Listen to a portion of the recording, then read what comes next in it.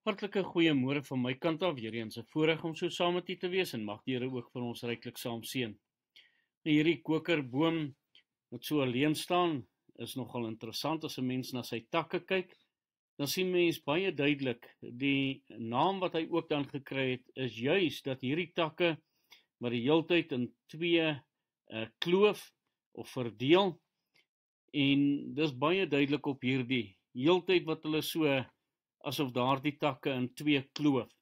Hulle groei omtrent so 8 tot 9 meter, en dan nogal baie interessant is die wortels wat hulle kan gebruik vir gesondheidsdoeleindes, besonder wanneer dit kom by asma en tuberkulose. Is 'n boom wat beskerm word in Suid-Afrika, en die verwydering of saadoes sonder 'n permit is onwettig, en hierdie bome groei hoofsaaklik dan ook van die sade. So net so 'n bietjie interessantheid rondom dit, en net so ook wanneer dit kom by die dinge van die Here, dan moet 'n mens ook maar die dinge reg doen, soos wat die Here ook vir ons kom leer. En Jesus het vir ons die voorbeeld kom stel.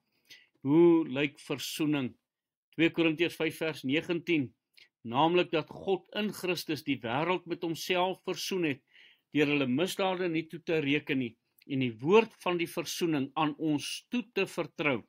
So die Here Jesus Christus het die versoeningswerk aan die kruis verrig, en hierdie proses van versoening en die boodskap daarvan juis aan die mens dan ook gegee, sodat daar ook hierdie boodskap oorgedra kan word na elkeen wat behoefte ook het aan die versoening, om met God versoen te word, daardie wonderlike evangelie boodskap wat ons ore dan ook kan bereik. Hy het homself dan ook verneder en vir ons kom wys, om daardie versoening te bewerk, moes hy homself dan ook verneder het. Filippense 2 vers 5 tot 7 sê, want hierdie gesindheid moet in julle wees wat ook in Christus Jesus was. Hy wat in die gestalte van God was, het dit geen roof geag om aan God gelyk te wees nie, maar het homself ontledig deur die gestalte van 'n diensknegt aan te neem en aan die mens gelyk te word. So die Here Jesus Christus, om hierdie versoening op aarde te kon bewerk, daar aan die kruis, moes hy mens kom word het. Hy dan die gestalte van 'n diensknegt ook kom aanneem en homself kom ontledig.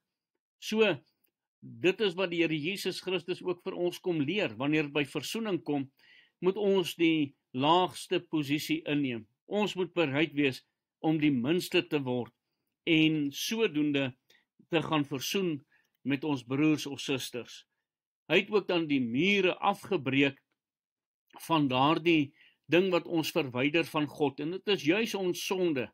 Jesaja 59 vers 2, maar julle ongeregtighede het 'n skeidsmuur geword tussen julle en julle God, en julle sondes het sy aangesig vir julle verberg, sodat hy nie hoor nie. Jesus Christus het juis aan die kruis gaan sterwe om hierdie skeidsmuur af te breek, sodat ons met God versoen kan word, dat daar versoening vir ons sondes kan wees. Hy het die prys betaal, soos wat die woord van die Here ook vir ons sê. Die betaling vir daardie versoening was daar in 1 Petrus 1 vers 18 en 19.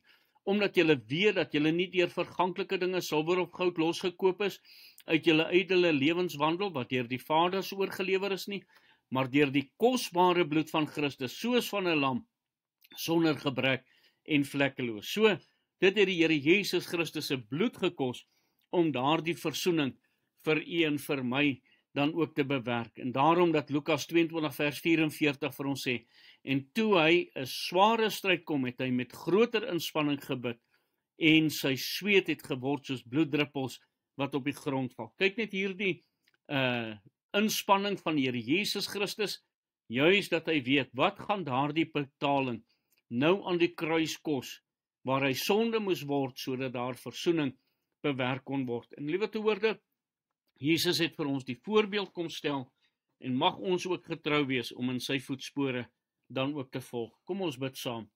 Hemelse Vader, dankie dat u vir ons die weg kom baan het vir versoening, dat u vir ons kom wys het hoe lyk versoening, en help vir ons ook om daardie weg ook te volg, ten opsigte van ons broeders en susters.